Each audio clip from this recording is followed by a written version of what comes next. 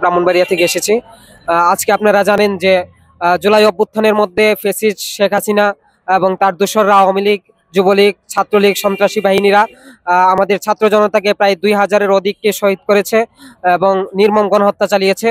এবং জুলাই গণ অভ্যুত্থান সহ শাপলা চত্বরে আলেম ওলামাদেরকে এই ফ্যাসিস্ট শেখ হাসিনার নেতৃত্বে হাজার হাজার আলেমদেরকে শহীদ করা হয়েছে এবং মানবাধিকার লঙ্ঘনের মতো অপরাধ এই সরকার ফ্যাসিস্ট হাসিনারা তারা করেছে। তার দাবিতে শেখ হাসিনা এবং আওয়ামী লীগকে যাতে বাংলাদেশের রাজনীতি নিষিদ্ধ করা হয়, তার দাবিতে আজকে জাতীয় নাগরিক পার্টি এনসিপি ঢাকা মহানগর আজকে এই আয়োজন করেছে। আমরা জনগণ আমরা দাবি জানাচ্ছি যাতে আওয়ামী লীগকে বাংলাদেশের রাজনীতিতে নিষিদ্ধ করা হয়, যাতে বাংলাদেশের মধ্যে আর কেউ ফ্যাসিবাদী পন্থা অবলম্বন না করতে পারে এবং বাংলাদেশের মধ্যে যাতে গণহত্যা সহ মানবাধিকার লঙ্ঘন সহ যত প্রকার অন্যায় অপরাধ রয়েছে এবং জনগণকে দমন নিপীড়নের রাজনীতি যাতে আগামীতে কেউ না করতে পারে।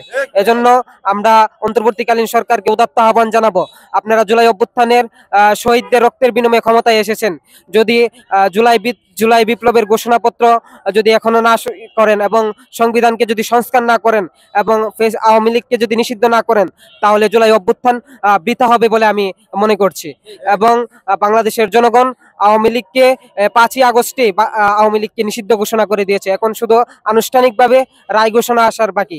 আমি উদাত্ত আহ্বান জানাবো অন্তর্বর্তীকালীন সরকারকে যেন আওয়ামী লীগকে কার্যকরীভাবে বাংলাদেশের রাজনীতি নিষিদ্ধ করা হোক। শাপলা চত্বরের গণহত্যা একটি নির্মম ভয়াবহ গণহত্যা চালিয়েছে। 5ই মে শাপলা চত্বরে হেফাজত ইসলাম বাংলাদেশের নেতৃত্বে একটি 13 দফা দাবি নিয়ে আলেম ওলামারা রাজধানীর শাপলা চত্বরে এসেছিল। এখানে একটি যৌক্তিক দাবি ছিল যাতে ইসলাম অবমাননাকারী এবং নাস্তিক মুরতাদেরকে যাতে বিচারের আওতায় আনা হয়।